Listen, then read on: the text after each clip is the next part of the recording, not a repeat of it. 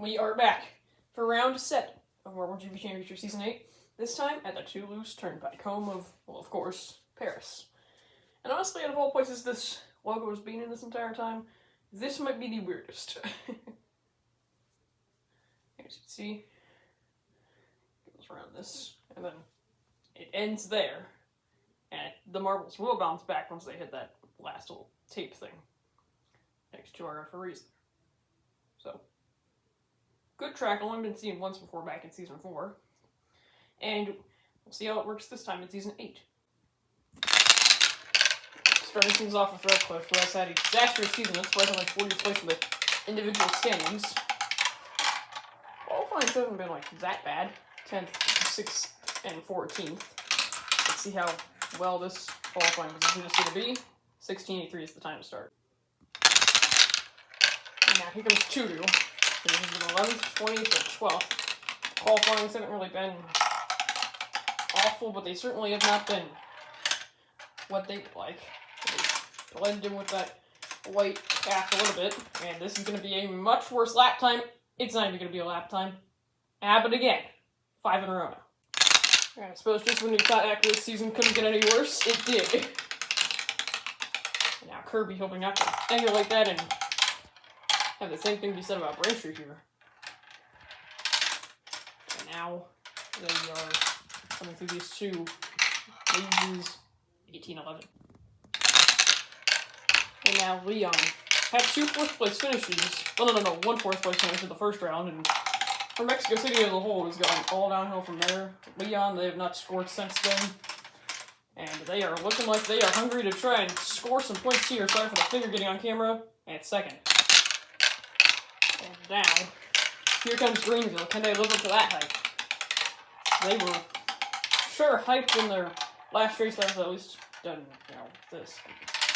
Of course, they were never featured. Norwich never got to see this track before. Third. And they were just 1/100th worse than Leon. If Marbles, which the home crowd's going to hope for this one in Toulouse, could start beating Redcliffe's time, or at least beating Leon's time, that could really be the difference in which group, if Greenville makes Q2 or not. And it's P1 by a mile for Toulouse. I suppose they heard my words pretty well about beating Redcliffe's time and decided to do it with almost an entire whole second of time to spare. And it happened again. Hyogo has done it twice now. And it's a big bummer for Hyogo, as that was looking like a really fast lap time. And Maloblit got ruined there, and they're going to do worse than Tudu in this qualifying session because they were stuck in the first peg maze as opposed to Tudu getting stuck in the second. And that's second place, speak of the devil, for game. And now Ronnie Curve, our 3rd place finisher, from back at Preston Speedway, but other than that, has qualified 16th, finished 16th, and then at least they made 7 spots, that went from 19th to 12th, and 3 times now! And just like Desio in the last round, Ronnie Curve does it here. And now, Chenet's looking to bounce back from whatever Hong speed was, after 2 pretty good rounds. And now, see what they do here. Just do not get stuck, and you'll be fine. They don't, and it's 3rd. And I feel like ever since you saw Greenville, they're doing 100% worse than Leon right after they went. It's either beat Redcliffe's time or not finish at all. And will Maine continue the trend of that happening? Yes. And to the cheer of the crowd, Toulouse is safe. And to the surprise of nobody, Hyogo is also out. And if anything, Ronnie Curve is definitely going to be the next one out.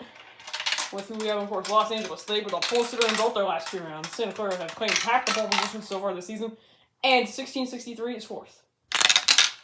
And now, Koloba, unless they do what they did at home speed in Q1 last time, they were on course here.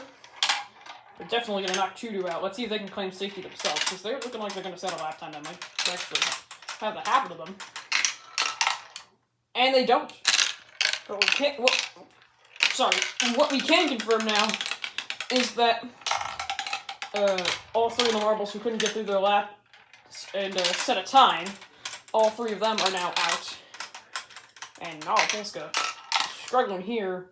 Beats Redcliffe's time, though. And now California Fire Marbles, who needs some points after both them and teammate Creek in the round before, got dead last. And it looks like they're not going to be getting many points from what is going on here. Alright, let's see. Can they recover in the end? Oh, absolutely not. And they're out. And that is the worst time out of all of those to a finish. Yes, it was worse than Kirby's time. I know, it's absolutely insane.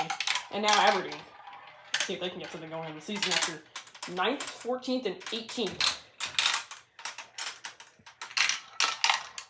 And that's a nice time and they're safe.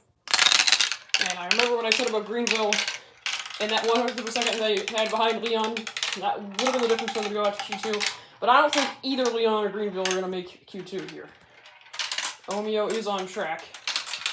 Let's see what time they get. The same as Maine, and it knocks out Leon predictably. And now Florida has not qualified or finished outside of the top 5 in any round so far. Let's see if they can continue that streak.